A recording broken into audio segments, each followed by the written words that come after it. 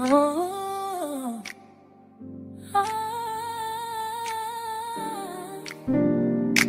oh, oh,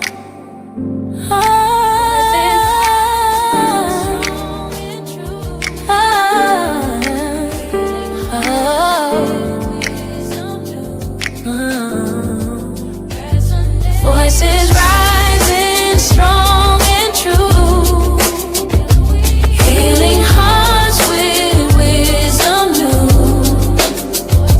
Resonate, uplift, rejoice. Together we amplify the voice. Voices rising strong and true, healing hearts with wisdom new. Resonate, uplift, rejoice. Good evening, everyone. Hope you all are having an amazing day. Thank you for joining us on this book launch, Resonate Healing Voices. And you guys, you are in for a treat. As a woman who has been on a healing journey and has healed and still healing, right? Y'all know it's a process. And but I just have the honor to be among such great women who have wrote a book together, right? Women and men, of course. And so we're excited to share their stories with you guys this evening. And so we're going to go right into it. Doctor, I'm going to start with you, Dr. Michelle, because thank you for allowing me to host your book launch of Resonate Healing Voices. So I just want to ask, as a visionary, what was your heart's mission behind bringing these voices together? So the mission is because the world needs healing.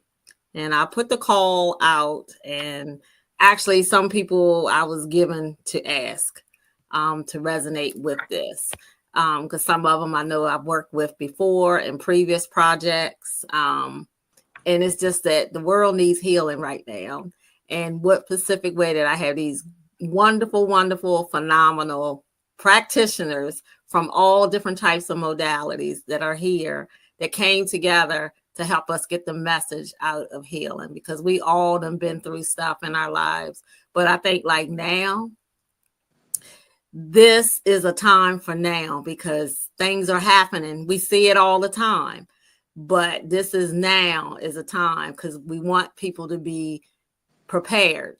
But we gave an antidote for you with using our voices, telling our stories, sharing our stories about how you also can be healed. And I definitely believe that's how transformation happens, right? However, they got to open up the book in order for that transformation to happen. So y'all better get the book on today. We're going to hear from Miss Sherry next. Why do you think it is important for this book to focus on professional holistic practitioners? Wow, that's a great question. Thank you so much. I think now is the time for healers like ourselves to come forward in the world today. We have been called to be here. We have agreed to be here, whether we know it or not. And because of what is happening around the world and in our country, it is so important for those of us who have trained, who have studied, to step up into this moment and begin to bring the tools necessary to help those that are in need, inclusive of all circumstances. So this book is amazing, and I am just loving reading it as just a person who just wanted to, have something like this. And I wish this kind of tool was around years ago when I started my journey into the work that I do. Awesome. Thank you. And just we're going to start back with you. I forgot to let each one of you guys introduce yourselves. So if you can introduce yourself and share your healing modality and area of expertise, please. Yes. Sherry Burton-Stein. I am a yoga therapist in training. I am a 500-hour trained yoga teacher with an Ayurvedic background, and I'm also a certified aromatherapist. And the work that I do is working with individuals with trauma, those that have chronic disease conditions, and those who have neurological disorders. Thank you. Anyone else can chime in, and everybody just chime in right after the next. I'll go next. I'm Dr. Dela Michelle Villegas. I'm a board certified holistic health practitioner, trauma specialist, and clinical sexologist as well. My modality, or I have a few certifications, but I like to bring the perspective of something that doesn't often get talked about enough in healing. We always bring in sound healing, and we do yoga and things like that. But one aspect of trauma or healing that we often don't acknowledge is how for women specifically, our trauma is often stored in our womb space. And trauma comes not just from sexual trauma, but also suppression and environmental experiences and things like that. So in the book, I speak a lot on that aspect in regards to how that ties into not being able to fulfill your life purpose and things like that because you have blockages and you're unable to move forward because you lose interest in creativity and joy and happiness because you're disconnected from yourself. Powerful. I told you she has an awesome chapter. Next. Good evening. My name is April Battle. I'm outside of Richmond, Virginia, and I am a 17-year licensed massage therapist. Massage therapy is my full-time, what I do full-time now, and it's an alternative form of healing. And I like to say, the body's designed to heal itself, and massage jumpstarts that healing process. I love it. Thank you.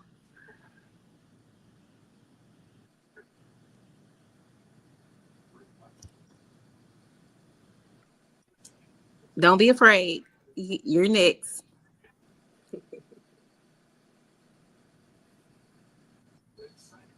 Okay, the couple at the bottom, and then Makitha, I guess you go last. Is that Kelvin and Maria? Can you hear me? We can hear you now. Yeah, we can hear you now. Okay.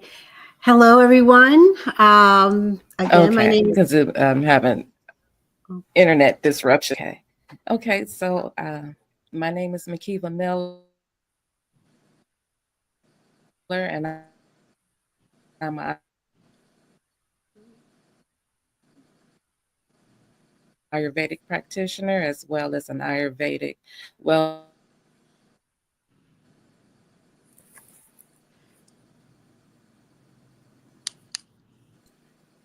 Yeah. Okay, I lost you guys for a minute. Yeah, Makitha, you're going in and out right now.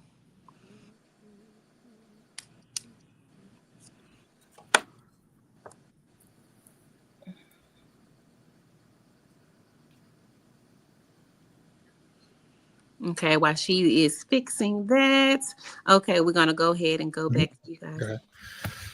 Hello, everyone. Good evening again. My name is Maria del Carmen Rodriguez, and yes, I am a certified sound healer, practitioner of sound and vibrational therapies. Finishing up the doctoral in metaphysical science and integrative medicine with HPOC, Holistic Professionals of Color. And, expertise is a heavy word. Who really is an expert for, but if my love of interest and one that I like to share, whether you call an expert at it or a gift at it, is in the area of sound healing, and really the practice itself. As I always mention, it's the practice before the hands touch the tools. So really understanding the practice, the rooted practice. And so if there was an expertise or expert side of myself, as I often say, that I know that I am privileged to literally I have the privilege of going back home. Back home is Maunabo, Puerto Rico, up in the mountains where my elders continue to practice the very holistic or modalities that is becoming mainstream now. It is my lived experience from birth. So if that's what you call an expert, then that's what an expert is. However, it is the original medicine that we all are understanding a little bit now better. And, for me, it's really personal. It's extremely personal. I give great homage to my family. That is where I learned to practice, where they are still up in the mountains. They still do the practice. And it's an honor to, bring it forward to specifically for prenatal, for end of life, and everything in between. We've done weddings, we've done funerals, we've done everything in between, and being part of, yoga studios. I like to say that we've done it from preschool to prison. How's that? Okay. Wow. To prison, everything in between. So I look forward to actually learning more about you all. Yes. I love All it. right. So I am go ahead. I'm sorry. Yes, no worries. Hello, everyone. My name is Kelvin Young, and I am a certified sound healer and co-founder of Soul Care Love with my beautiful life partner, Maria Del Carmen. And, we have opportunities to offer sound healing sessions to different people from all walks of life, where we go to yoga studios and wellness centers internationally. But we also go to places where sound healing may not be accessible to many people, such as addiction treatment centers, mental health facilities, prisons, shelters throughout Connecticut and beyond. I also work for Hartford Healthcare here in Hartford, Connecticut, particularly our psychiatric hospital called the Institute of Living, where I work with people from all walks of life that's dealing with mental health, addiction, and trauma issues. And my role and responsibility at the hospital is to bring more of a holistic approach, what they like to call integrated medicine, into the system of care, but offering practices like sound healing and yoga and meditation and Reiki and nature therapy to really help people really create a life that works best for them, not for the psychiatrist, not for the clinician, not even for their family members, but what truly works best for them as human beings. I'm also the co-founder of Toivo, which is a peer-run holistic healing center here in Hartford, Connecticut, which is funded by our Department of Mental Health and Addiction Services, where people that's dealing with mental health, addiction, and trauma issues can learn about these holistic healing modalities at no cost. Because myself and my dear friend and mentor, the late Darren Drum, we believe that no one should be denied the benefits of yoga, meditation, sound healing, qigong, based on socioeconomic standing, psychiatric histories, or experiences with addiction, that these holistic healing modalities are literally for everybody. And one of the most important things for me to share that I'm grateful for today is that I'm also a person that's in long-term recovery, which means that I haven't used alcohol or any other drug to deal with my own mental, emotional distress since March 6, 2009. And I'm a formerly incarcerated individual. Thank you. And in the book, I kind of talk about the healing power of recovery and how I found freedom behind bars, where I was able to find myself. I'll find the connection to that divine source that dwells inside of me and dwells inside of each and every one of you that's listening. So I'm honored to be part of this project, and it was such amazing practitioners of the healing arts, and I'm just honored to be part of this podcast here right now as well. So thank you so much for this opportunity, Dr. Michelle, to be part of it. You're so welcome. You're so welcome. All of you. Thank you. And I will say from the book, nobody knew exactly what nobody was going to write up about.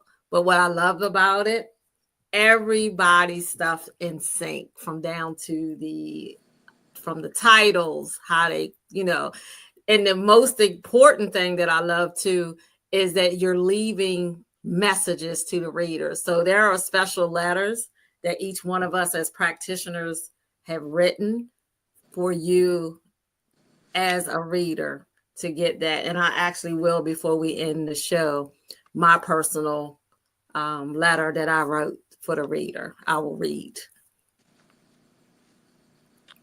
Okay, thank you, everyone. I'm glad we didn't skip over that because now I have a better understanding and like maybe like some of the audience that's listening, when you think about healing, you just think about the first thing pop up in my head is like herbs and stuff like that because that's what you hear. That is, that's what I hear. Let me just say that, and to hear the difference modalities, like you said, is teaching me. So I can't wait to read the book and actually just learn more about healing. You think it's one way, but it's multiple ways, right? So you guys that are listening, you get to have a treat, right? I hope you're listening and click the share button as well. Dr. Michelle, I can see the alignment that you have put together, like you just said, with your large vision of holistic healing for the mind, body, and soul. How is this book going to transform lives?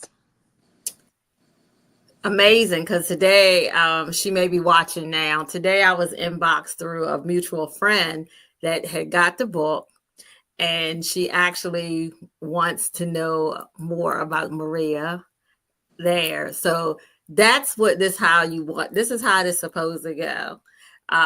When that happens, that's what it's all about. Mm-hmm. If people want to connect with people, and then, again, everybody has their own different belief systems, right? And like you said, you think about herbs and stuff. Well, some of the stuff that Makiva talks about is some herbal stuff that you can use. You said it. It's a 3-part thing: mind, body, and soul. We have to gather that when one of those modalities is messed up, it can trickle down to the other modalities, right? So it's best that we first get it set in our minds for a mindset change, right? Then we have to move our bodies, whether it's through sound healing, whether it's through movement. There's a lot of, whether it's through the Tai Chi, whatever it is, the body. And then we have the soul, because that's where it rests, right? That's where where it all comes together with the soul. So it's great to have all of these different modalities because with it all, there's transformation. And that's the beautiful thing of this. It's a beautiful thing to be transformed in your mind, your body, and your soul. And Makiva, are you ready now to share with us? Yes, I'm ready. Oh, awesome. Glad you are back in here. Let's go. Okay. So, yes, I'm an Ayurvedic practitioner. In my chapter, I talk about the event with my daughter having pulmonary fibrosis and having to receive a double lung transplant. And that was then, at that point, I had to take my gifts more seriously, because that was it was the breaking point that really challenged me. And so I had to practice and put to use everything that I had learned about Ayurvedic, which is a 5,000-year-old Indian traditional holistic practice in India. And so at that moment and at that time, I had to use the herbs, but I was already researching Chinese medicine. So I had to um, blend the herbs. So I had to use a little bit of Chinese herbs, a little bit of African herbs, along with Ayurvedic, because the demographics and according to her DNA. And I also had to put to use the therapies, which is the Abhyanga and the Rasayana, and the rejuvenation, and to target the rejuvenation and the longevity of this process that she was going through as she was on the transplant list, waiting to receive new lungs. And that's where the challenge, as a young people say, that's what put me in the game and took me out all at once. And so that's when your faith comes into a big play, and trusting yourself and the knowledge that you have learned, and trusting the gifts that God had put into you to use to help others. But I didn't know that it was going to be my own child that I was going to have to um, do this with. And so that experience also showed me that just with natural practices and traditional medicine, the miracle, the miracles, and it do work, it do help, even with Western medicine also played a big part, but the doctors were willing to work work with me, so we were able to work together to make this process as easy and comfortable for her as possible. Now, there was some pushback on certain things because it is Western medicines. They believe in what they believe, and I believe in what I believe in. But it worked out. And she is November 1st. I mean, yeah, November 1st. She'll be 4 years yeah, receiving her new lungs and stuff. So, and she can tell the story better than I can, because it was her faith as well, and having to take the herbs, because it became a headache. It became stressful for her, because it was like, Mama is nasty, but it was helpful, because there were times where she was in the hospital, and there was 3 cases, because at that time, during COVID time, you had to have certain vaccinations in order to remain on the list of a transplant list. And each time after each vaccination, she was hospitalized, and each time the doctors would call me and tell me my daughter would not make it to the next morning. So that I would have to fly down there with herbs, and and just, not to be religious, but I had to be, the devil is a lie, because he's not taking mine. Mhm. And God is going, and I just pray and ask God, Lord, if you gave me these gifts, I need you to heal through me and heal my child. And just let me know what it is I need to use, the amount, how to put it together.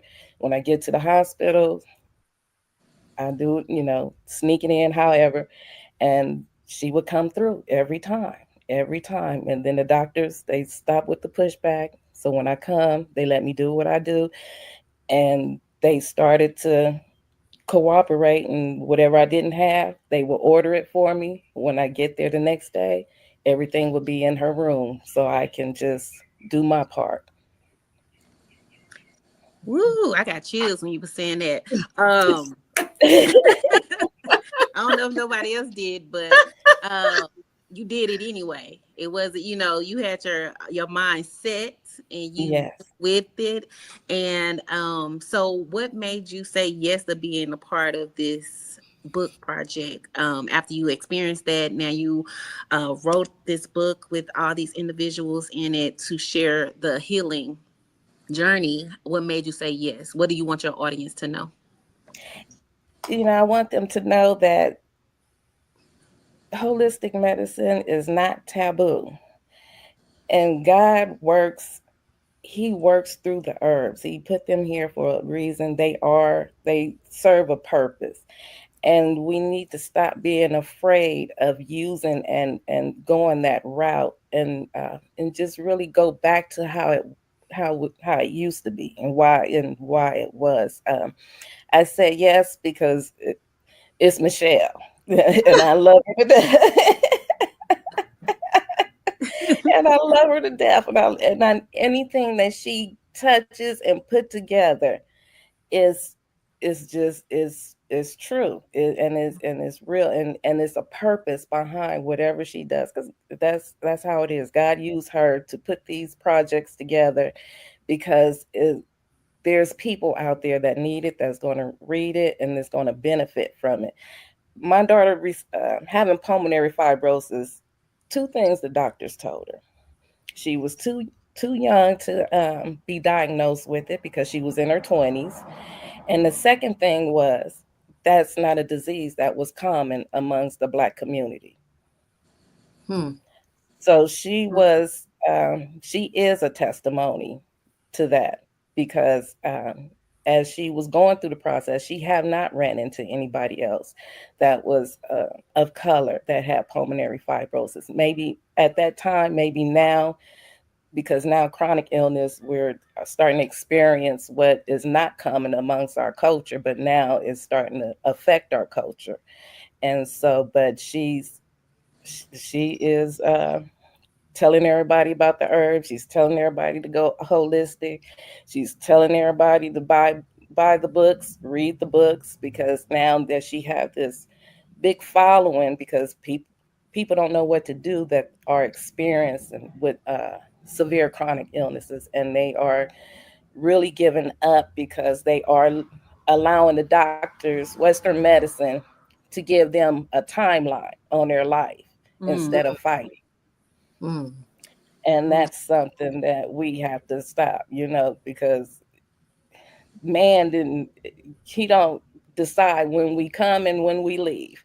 And so they can't put a timeline on our life. So she always say, if somebody tell her, well, your life expectation is 8 years.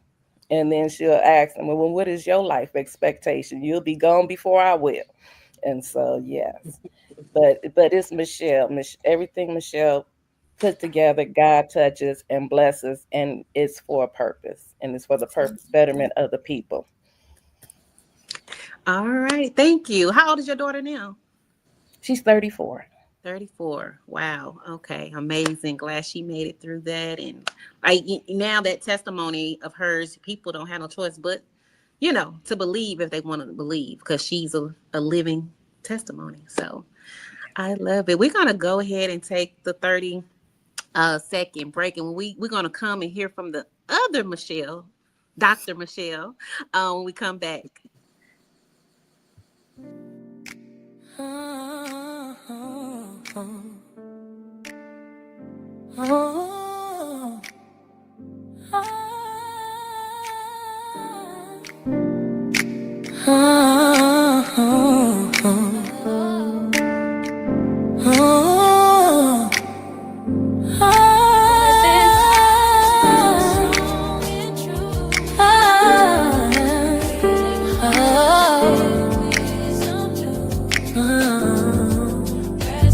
Voices rising strong and true, healing hearts with wisdom new. Resonate, uplift, rejoice. Together we amplify the voice. Voices rising strong and true, healing hearts with wisdom new. Resonate, uplift, rejoice.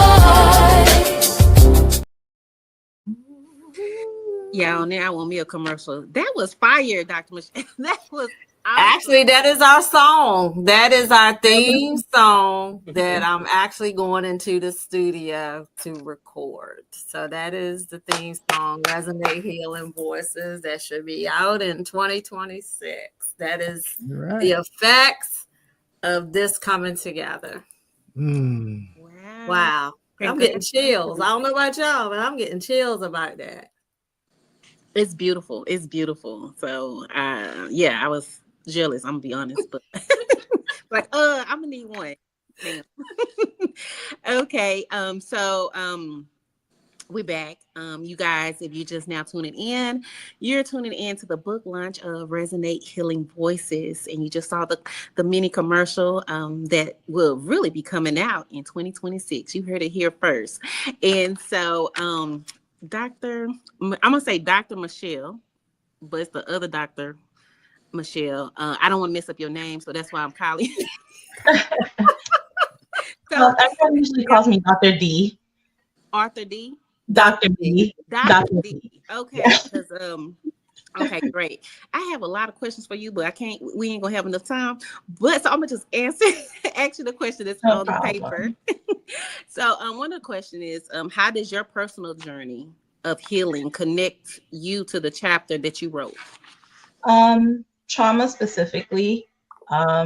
I had a lot of trauma growing up, especially when it came to sexual trauma, unfortunately, starting from childhood. That was something that impacted me very heavily. Dealing with that, it led to a lot of depression, anxiety, a lot of other issues. And I tried to go the allopathic route of just doing counseling, and all they would do is just prescribe medications, and my symptoms progressively got worse. By the time I was like 24, 25, I started developing severe symptoms that mimicked someone having a stroke. I would go blind, I would go paralyzed, I would lose my speech. I would lose bodily function. I couldn't drive. I was having severe migraines to the point where one time I was driving and I blacked out while driving on the highway. I came through and I survived, thankfully. But um, no matter how many tests and exams they did, they couldn't find a physical cause to my condition. Everything came back fine. My labs came back fine. They thought it could have been cancer. They thought it could have been anything. I went through 15 different lumbar punctures. If you know what spinal taps are and how painful those are, I had 15 of them. I've had MRIs and all types during a short time period, and they couldn't find it. And it wasn't until going to the ER, one doctor came down from the psychiatric unit, and he pulled me aside and he's like, the doctors were kind of stumped because they couldn't find a medical reason to why you're having these symptoms.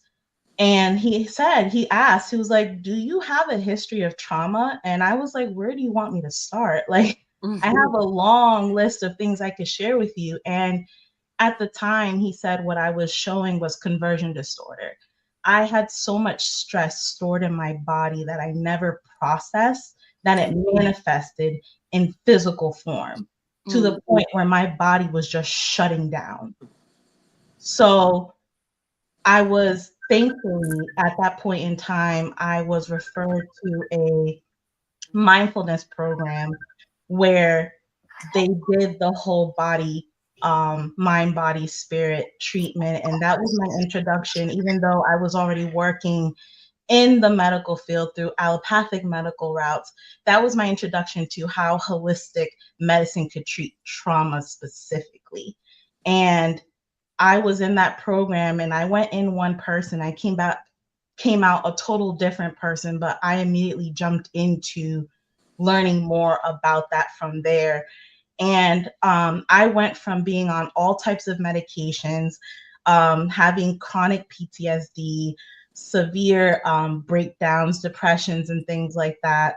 And going through the holistic modalities, I was able to take myself, like, the doctors took me off of all the medications. I haven't had a depressive episode in over 5 years, no anxiety, no migraines. I don't have anything like that anymore. And all I do is take care of myself holistically through meditation, herbs, yoga, and journaling and things of that nature. But that kind of came into this because I think that we don't really realize how, I know a lot of the chapter does talk about sex, but the sex has more to do with, like I mentioned earlier, our womb health, how for women, we store a lot of our trauma in our womb space and our sacral chakra. And that specifically has to do with our ability to experience joy, our ability to create, our ability to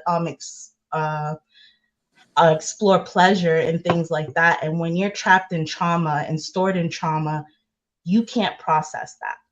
So healing the womb space, healing, recognizing how that affects women and our sacral chakra in general, when we can heal that through healing our nervous system, regulating it. Because a lot of us in the environment that we live in, it keeps us in a dysregulated system.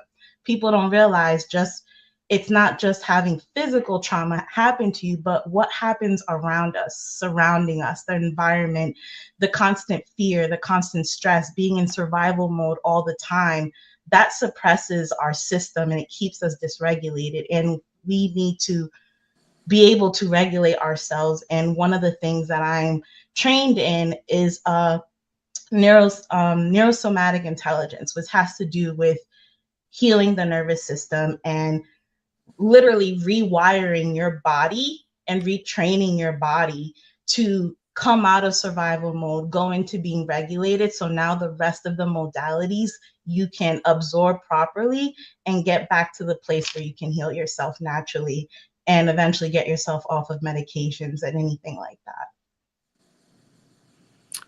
Thank you. Thank you for sharing that. Rewiring your body. That's what needs to happen, because I'm glad you came through all that and now you're able to share with us what works.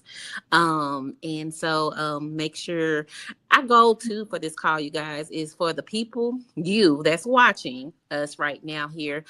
We want you to contact who resonates with you, you know, and you contact them and get their services, you know, get the book. Also, because get the book for someone else, family members, because you don't know who could be dealing with some issues and they can overcome from them. I know someone the other day said, "Oh, my anxiety acting up." Why do you want that? Why would you claim that? You know, and so there is something healing, not just something. There's healing for us. So thank you, Dr. D, for sharing with us. Kelvin and Maria, let's see. I'm gonna ask both. This question is for both you guys. What message or transformation do you hope readers receive from your chapter? Yeah, it just for me and my experience with addiction to alcohol and other drugs. I think we all know someone that's been impacted by addiction in some form, whether it's personally or a loved one, a family member, or coworker, or a community member. So just letting people know that there's hope beyond addiction. And for me, after many years of battling with depression, anxiety, and drug addiction, I truly found freedom from alcohol, from marijuana, from cocaine, from heroin, and even prescription opioids like Oxycontin, Vicodins, and Percocets. And for me, I began that healing journey in a drug treatment program while I was in prison. And it was within that prison program that, I learned about the transformative powers of yoga, meditation, sound healing. And honestly, I had a lot of misconceptions about these holistic modalities. I grew up in a very religious family. So a lot of times I thought these practices was against my faith. And be honest, I didn't see a lot of people that looked like us. I didn't see Black men in particular practicing yoga, meditation, sound healing. So I was like, that's for them. That's not for me. But I know the things I was doing prior to going to prison, it just wasn't working for me no more. So I had to try something new and different. And by stepping out of my comfort zone and utilizing practices like sound healing, and allow that to be a vehicle for me to go within, because I truly do believe that healing, recovery begins with inside of ourselves. And I was able to find that sense of calmness and inner peace, even being in a very hostile and restrictive environment such as prison. And, so most importantly, I was able to understand the root causes of my experiences with addiction. And from my own personal experience, I realized that it was the unhealed emotional pain that I experienced in my life, the unprocessed trauma that I endured that for me went all the way back to childhood, as well as the toxic chronic stress. Like all of that was at the root of my addiction. And for years, I reached for something outside of myself to find that sense of relief. And I found it in alcohol and other drugs, and it worked until it didn't. And I got caught up in that very, very vicious cycle of addiction. So, in our culture and society, we demonize, people that's addicted to alcohol and other drugs, but we glamorize other people's addictions, maybe to work, and other things. So there's different forms of addiction, whether it's a substance or a behavior. And that's why I believe that we all know somebody that's been impacted by addiction in one way or the other. But there's another side to addiction, which is healing, which is recovery. And part of, my chapter is really talking about the holistic healing aspects of recovery, how we can use tools to really help us to address all aspects of who we are. Because I believe we're more than just our physical bodies. There's a mental, there's emotional, and there's a spiritual essence that makes up the totality of who we are. And I think healing is really recognizing our wholeness, you know, the flaws and all aspects of our beingness. And we delve deep into the wholeness. We understand the holiness, the divine spark that dwells inside of us. And for me, I really had to connect to that divine spark, the spiritual essence of me, to really help me to be my compass and to navigate through life in a way that truly works best for me. And it's by learning these tools and practices that allow me to really connect to the spiritual aspects, but also the physical, you know, the mind, the body, because it's all connected. Even though the Western medical model, we tend to separate the mind and the body and the soul, but it's all one connection. And tools like sound healing allow me to, it's a holistic healing modality, and allows me to really shift the way I see myself, the world, and the people in it. And I think that's part of the healing process as well. So having the opportunity to kind of share our stories, because I think there's medicine with all our stories that we share. There's so much power and wisdom that when we share another story with another human being that maybe going through similar experiences, we could touch them in a way that truly sparks that story within them, so they're able to share with other people and maybe get the inspiration to really make the necessary transformation they need to make in their lives. So again, I'm just honored to be part of one of the voices to share that story. Yes. you. Yes, and for me, yeah. And for me, you know, I mentioned earlier, you know, growing up, right? Growing up with a family that, or in an environment, you know, on the islands where you learn that I'm Afro-Latina. I look like this, right? So at first glance, my outer shell, it's like the second thing, once I open my mouth, oh, you Spanish? You know, like, I'm like, oh, but I thought you were Black. I'm Black. Yes, I am, right? So it's for me, it's the culture about it. It's the traditions. It's the history. So let's take, you know, the only reason I look how I look is because the slave ships just stopped on the island of Puerto Rico, right? So when the Africans were enslaved by the Spaniards, many of them who were able to escape, they ran up to the mountains, right? And this is why that's the beginning of my ancestors up in that mountain. And in order for them to continue their practice from the motherland, they would continue the holistic practices that we know today, right? They're the ones that brought, you know, the breadfruits, all the root vegetables up to that mountain. They're the ones who brought all the fruits. They're the ones who brought all the herbs.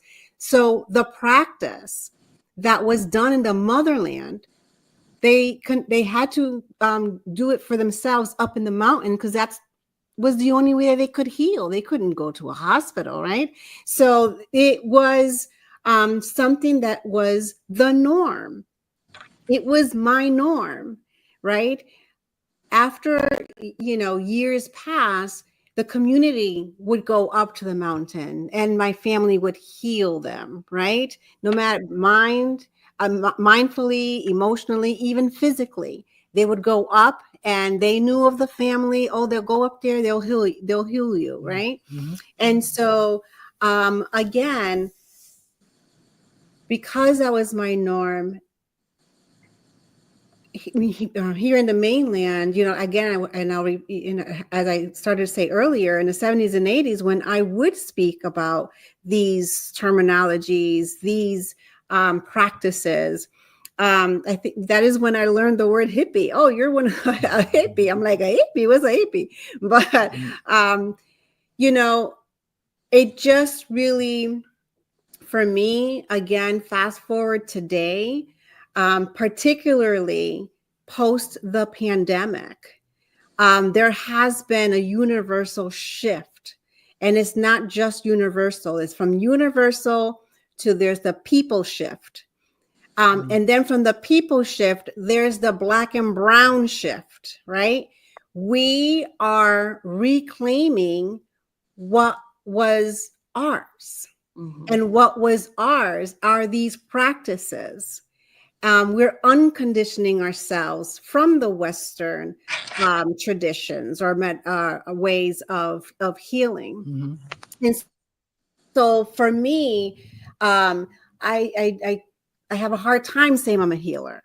We're all our own healers because that certifications, any of these certifications, they're forced on us because in the mainland, if you're not certified, you're not validated. There's not a single shaman that has a certification unless they want to have one, but it doesn't work that way. It's a rites of passage. It's cultural. It's tradition. It's who we are. It's in our DNA. This is how our ancestors healed, right? This is how our ancestors healed. So, today, when I see individuals, well, in the past, if I saw someone who didn't look like me, who was, Caucasian, and I would speak about these traditions and, oh, when we got sick, we just go in the backyard. And they're like, what do you mean in the backyard? I don't know. There's a leaf for that. You got a headache? There's a leaf for that. You got a bellyache? Oh, my aunt, she can do this specific paste, and she'll stick it on you, and you got to wrap it around on a banana leaf. They're like, what? But it saddened me even more when I did see someone that looked like me, just like all of you beautiful women on the screen, and who I would speak about this, and they didn't know what I was talking about. Mhm. That to me broke my heart, because for me, it's like, how do you not know this? This comes from us. These practices come from ancient Kemet. These practices known as Egypt today, when you visit the pyramids, even today, on the hieroglyphic, you see us in yoga stance. You see us, laying with instruments, tools, right? You see us doing Reiki. And that was practiced by us 6,000 years before there wasn't even in Asia. But when we think of these modalities, we think of Asia, which is okay. But some of for me, it is so engraved in me because it's embedded in me. And I want to make sure that individuals who either are on the receiving end of holistic care or caregivers of holistic care, to make sure, this was in your DNA. You didn't just learn this. Your ancestors did do this. And make sure that you understand that what's happening is these practices are being wrapped with a little bow today and being resold back to us. They're being resold back to us, right? And I'll end with, one of the most embedded memories that I have. Everyone that moved from Puerto Rico started off in the Bronx, right? We started out in the Bronx before moving out. But I remember that in the tall, the buildings, there was a courtyard where in the building there were individuals who lived from all over the world, right? And they would go down to the courtyard and do their practice, whatever that practice is. They were from Ethiopia, they were burning an egg. Us, we had the candles with, Jesucristo on the candle. Whoever or whatever part of the world were doing their practice and minding their business, right? Minding their own business. And what's embedded in me is that I remember the authorities coming and kicking everything to the side and arresting these adults. Today, these are the same people that don't look like us that have workshops called earthing, herbalism, all these things that people are paying all this money to attend, when this was something that we were and have the rights to do and receive. I am like speechless right now.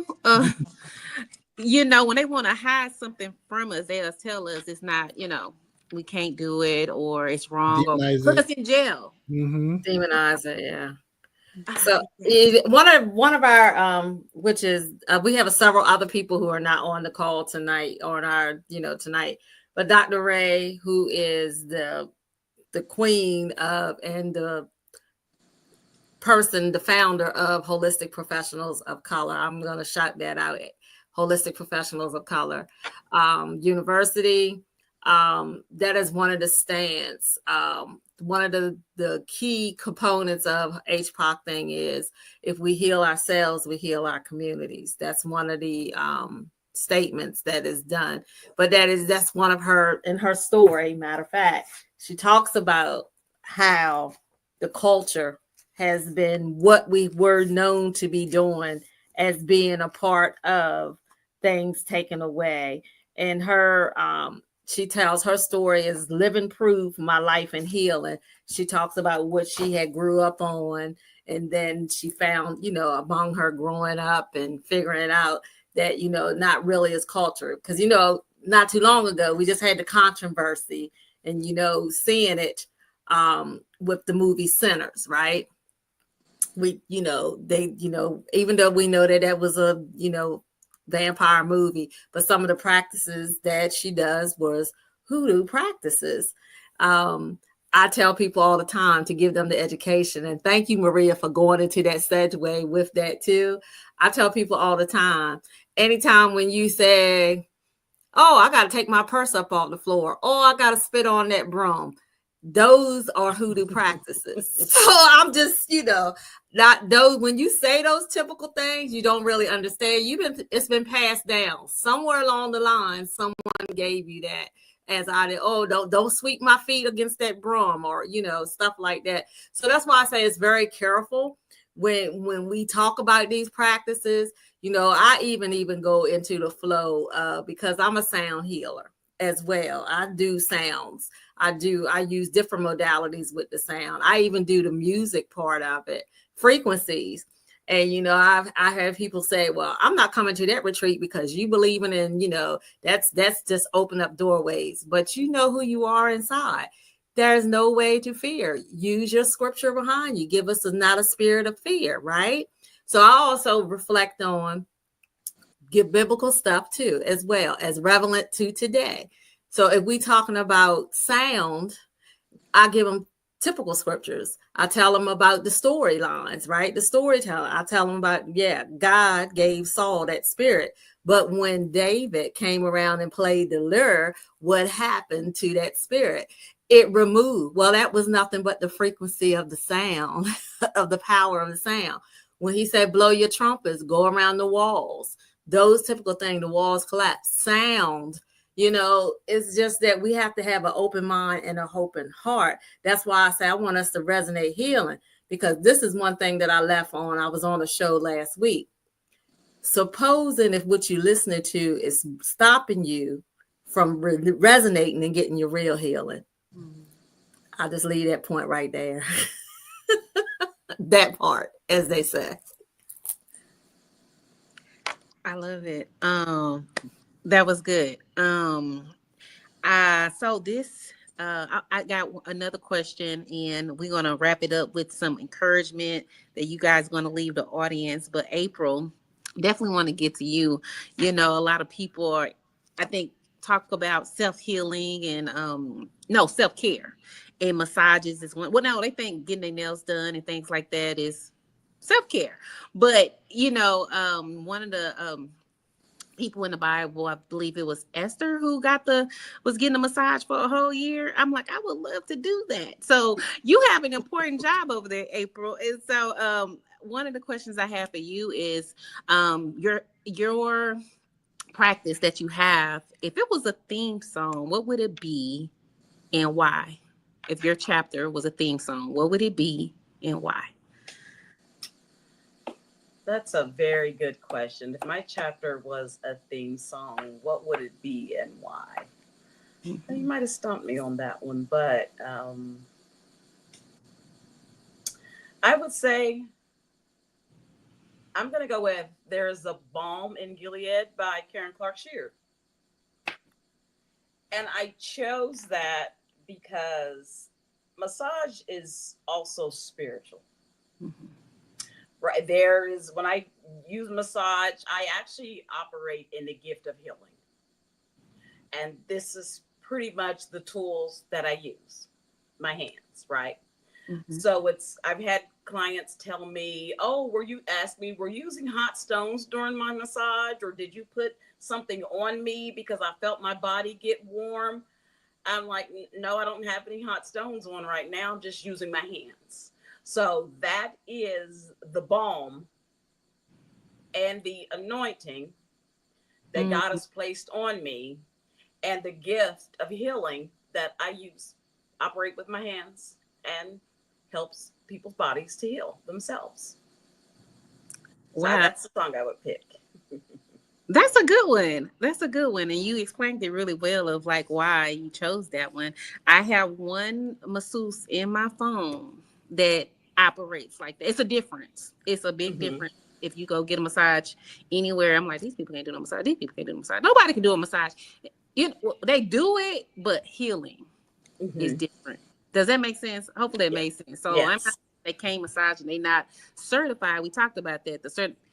They got the certification, but Mm-hmm. doesn't mean they supposed to be doing it. But that's my thoughts, and I'm gonna get off of that. April, I have to schedule an appointment with you. I'll fly out. Absolutely. Absolutely. Where are you? Richmond, Virginia. Oh, good. Oh, nice. But if Yeah, Um, you're in Connecticut, I can come to you. I don't mind traveling. Charlotte, Charlotte, Charlotte. Yes. look, I wanted to mention, I just remembered I didn't exactly say what my chapter was.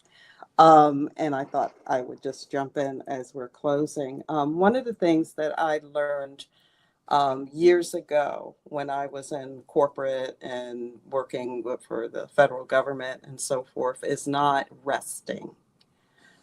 I think that's one of the most important things that all of us could do, whether you're a woman or a man. And we're seeing so much now about the power of rest. And my chapter really goes into restorative yoga, not just hatha, vinyasa, kemetic, all those great ones, but how do we rest? And I've noticed that the theme throughout this discussion this evening was about nervous system regulation. And of course, I do work with trauma individuals. I work with cancer individuals because they are feeling trauma, nervous system, depression. We have people with burnout. We have all kinds of things going on, especially right now. And there's studies that have shown that particularly racialized trauma can help um, through restorative yoga. So, what I talk about is learning how to rest using bolsters, pillows, whatever you have around you, and the power of restorative rest, and how I discovered it through a friend, through church and who would put us in the basement of her home, had no idea. I'm like, this is yoga? I'm resting on So I just wanted to say to those who are listening tonight that rest is very important. It's part of our self care, it's part of all of the things that everyone talked about. And my chapter talks about that. And I also have a letter to the reader about the importance of rest and using yoga as a way of resting. So I just wanted to name that. Thank you for giving Interesting. me that Yeah. opportunity. I am learning how to rest. Don't laugh. Don't laugh at me, but I just turned 40. And Okay. that's I'm learning how to rest and be more attentive to what I need at that time, no Hmm. matter what needs to get done. And that was really hard because this stuff got to get done, but I need to rest first and then get it done. No matter because it's a lot. It's gonna be a lot. It's gonna still be there. Mhm. So, but I'm learning to take care of me first. And Yeah. so, how do you do that when you've been taking care of people all your whole life? And so it's a practice. You got to practice resting when it should be something natural, but it's not. And For breathing. We breathing, don't know how to breathe. breathing. I have taught so many people on what it's called pranayama, but the breath. And through COVID, the breath was so important. And how to breathe, how to set the nervous system through breath, or is another tool that I like to teach people. So those were my tools that I shared in the book. So thank you. And Thank thank all of you. you. I'm so impressed and want to connect with each and every one of you. I am Beautiful. too. I am too. I'm gonna make sure I follow each one of you guys on your socials. Before we get out of here, each one of you is going to share what you got coming up next. What projects are you working on? And leaving a word of affirmation for the people that are tuning in. What with that word would you leave them to affirm them? So we're going to start with April. There's no particular order. We're going to start with April, and we're going to end with Dr. Michelle Hammond. Go ahead. Coming up, I am currently getting ready to post about some massage classes that I can teach, that I'm teaching, not if you want to be a licensed massage therapist, but just as an individual, whether that's a couples massage or even infant massages for a baby. You can come to class and I teach you to massage your infant up to 6 months old. Something I can leave with people is your healing regarding massage is not just a physical healing, it's a mental healing as well. And that's what we need to focus on, because pain and things in the body and stress in the body is life manifesting. So it's not just dealing with the body, we deal with the body, but we deal with the mind as well in massage. So keep those two together and that begins your healing. And the affirmation. What word of affirmation? Word or affirmation or word of gratitude that you would leave? Word of gratitude I would leave is just be thankful that God has shared the knowledge that we can obtain to learn a different way of healing. Know that there is an answer. I like that. Thank you. I guess y'all just want to stay on here. I'll go next. I believe in divine alignment, and a lot of the things that Maria del Carmen was saying in regards to the holistic modalities in the medicine being rooted in our culture. I actually have a book coming out next Friday called Rooted in Wisdom, and it's dedicated. It's an offering to my ancestors, but it's dedicated to the healing communities, and it's literally about decolonizing herbalism and holistic modalities and reclaiming the medicine that was ours and for so long taken from us, stolen from us, and like she said, rewrapped and hidden behind a paywall. And in order for us to be able to practice, we were stripped from the rights. Laws were created. We were banned.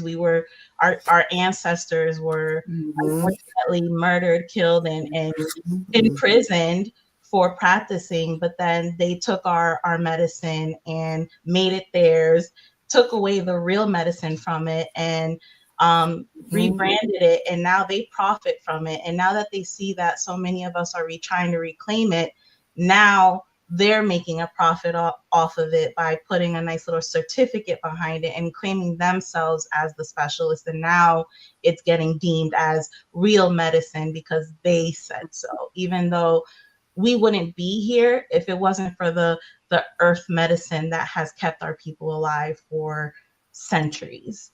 So that's the project that I have coming out. And like I said, it's rooted in wisdom. It comes out this Friday. Well, not this Friday, but November 7th. And again, healing and natural medicine is your birthright. Being whole is your birthright. And don't be scared to tap into what's divinely yours through DNA and through it's always been yours. They told you to be scared of your ancestors, to be scared of your healing practices, because it's easier to manipulate and control you when you don't know who you are. You're more likely to believe the lies they tell you than to believe that you are the divine in physical form. That's a word. That's a whole word. Thank you.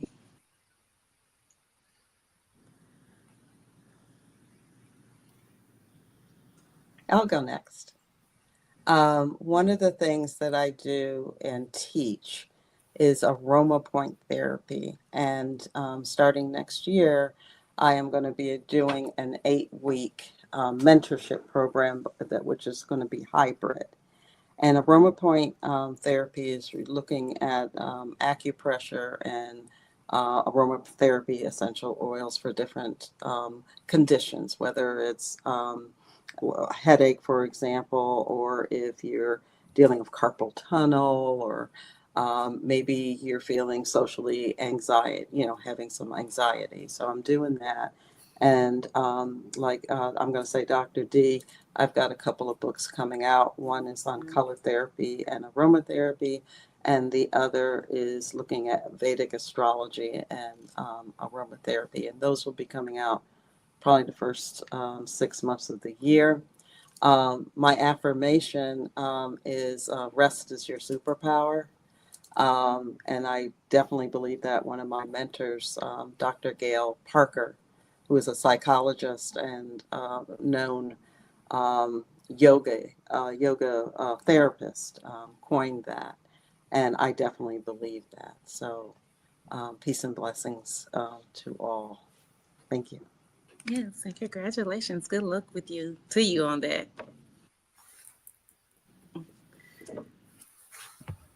Okay, I'll go. The project I'm currently working on right now is I'm coming out with my own Ayurvedic massage oils. There'll be two.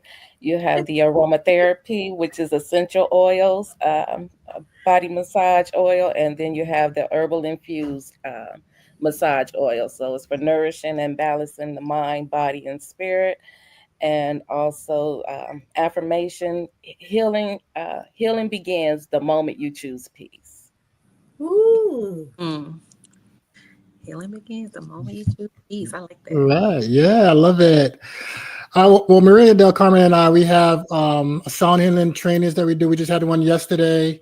It went very, very well. So we have the fundamentals of sound healing for professionals. So we train therapists, clinicians, recovery coaches, wellness practitioners that want to learn about sound healing, how to integrate it into their own private practice or to their organization or agency that they're at. We also have our own blend of cacao from the Peruvian and farms in Ecuador as well too. A special blend with all the spices, ingredients like ashwagandha, mug fruit. They got reishi mushrooms, all the nourishment that our body needs to thrive in our lives. I also have a audio course called Sound Healing Essentials for Sobriety. So anyone that's looking to incorporate sound healing into the sobriety pathway, recovery pathway, you're more than welcome to purchase that as well. We also have a sound healing 101 mentorship for people that take our training. To really, because it is an ongoing practice, I believe we're both students and teachers at the same time. We learn the wisdom that we get that gets passed down to us. So we take different trainings and we share it with other people. And the thing that I would like to leave with us, all of us, is, Maria Del Carmen, she often says, in sound, we are one. And I believe that we're all interconnected. We're all interconnected. And sound just really connects us because we're all vibration, we're frequency, we're energy. And there's so many different expressions of that, you know what I mean? But in the energetic level, we're all at one. And sound, we're all at one. So again, thank you so much for this opportunity to be here today. Yes, thank you. So for myself, aside from what was mentioned, I am working on a support support for me is not the word I want to choose later, but for right now, women in menopause, like men pause, right?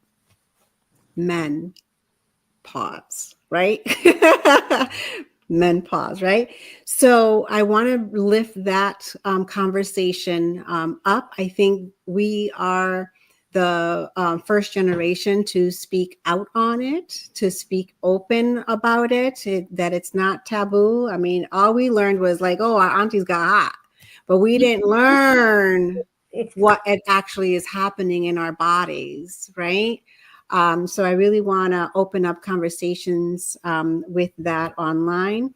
And one of the platforms that I will be doing that is when I'll be relaunching my podcast that I had since started in 2017, but I'm rebranding it, renaming it as Healing Sounds, Our Voices. Because instead of sound healing, although that's great, but healing sounds, our voices, all of the instruments and tools that we use are really wonderful. They're great. They're impactful. But as we all know, the number one tool that we have that is the most impactful is our voice. So in the streamline of sharing, exactly what we just did today. This is right. What we did today was healing sounds, our voices, right? Is using our voice to heal. And then last, in the spring, early next summer, I hope to be releasing also my own line of essential oils and soap, utilizing the plants and herbs from back home up in my mountain. So it is going to be grown from home, homemade, and continuing the gift of healing that my ancestors brought from the motherland. Awesome. Can't wait for it to come out. I'm excited. I gotta go. Dr. Michelle, even though I wasn't in the book, you guys, I'm thankful to have been on this, to be able to host this and hear all you guys' stories. And I'm not, I am a healer. Look, I can admit that, right? But I'm a healer through my voice. So I'm a speaker, author, and I believe and know that words transform lives. So again, like Maria just said, that's what we're doing right now. Somebody is going to get the victory from one of you guys' stories, or if not all, because that words transform lives. And so 2017, when my mom passed, nobody talks about that, right? When someone passes in our community, right? Not in mine, especially growing up, you just cry, right? And do the steps. You know, nobody talks about the grieving side, but I was really spiraling out. And if I would have told somebody what was going on in my mind, they probably would have thought I was crazy and admitted me somewhere. But I used what I knew, and I know you can heal from anxiety, depression, and all of that stuff. But I read a book that changed my life that day, and I got the victory from this lady's story. The book, I had the book for 4 years. I never read it, but it was out of place on the shelf, and I was praying, and I got to the book, and I read it. Everything that she was going through, I was going through the exact same thing, literally, from not being able to talk, not even being able to stay at home by myself. But I got the victory that night through that book, which led me to victory. So everything I do is victory. We already got the victory, just walking it out. And so know that if you're listening and you're tuning into this, that you already have the victory. There's an answer for you. And just, I think, Kevin, you said it earlier. There's another side to addiction. If you have an addiction, or if you have anxiety, if you have depression, or if you're sick in your body, there's an answer. There's an answer for you. And so know that you already got the victory. That's the first step. And just walk it out. So that's who I am. The Victory Queen, share victory strategies with believers and leaders so they can win no matter what. Thank you, Dr. Michelle, for having me here. Yeah, thank you. And before everyone goes, I just want to say to the team, there's some that weren't here tonight, but I just want to say I greatly appreciate you. And for the audience, and Charlotte, if you have to go, before I get rid, I want to do this expert because I want to read this letter that I have to the reader from me. And I think it's so sound and so profound to wrap it all up for all of us. So it says, "Dear friend, life has a way of testing us in seasons when we least expect it. The weight of trials can feel heavy, and at times it may seem as though healing is out of reach. Yet, I want you to remember this truth. Even in the midst of your struggle, your soul carries the seed of renewal. Every scar you bear is not a sign of defeat, but a reminder of the battles you have already overcome. Healing is not quick, nor is it always visible at the first glance. It comes in quiet steps, a breath that steadies, a tear that releases, a smile that returns days after silence. Trust these small moments are evident that your spirit is mending, piece by piece. When trials arise, see them not only as obstacles, but as teachers. They refine your resilience, deepen your compassion, and sharpen your vision of what truly matters. You are not defined by what has hurt you. You are defined by how you rise, how you love, and how you continue forward to hope. Hold fast to the faith. Anchor yourself in gratitude for even the smallest blessings. Speak kindness into your own heart as you would to someone you cherish. Speak kindness into your own heart. And never forget, storms pass. And when they do, they leave the earth nourished and ready for new growth. So it is with you. This is not the end of your story. May you walk boldly towards the light of healing, knowing that strength, peace, and joy awaits you. You are worthy of restoration, and you are never walking this journey alone." So I say good night to everyone. Thank you for joining us. You can get the book on Amazon. And again, Charlette, thank you so much for being our wonderful host. And we're going to leave out with our song, Resonate Healing Voices. Good night, everyone.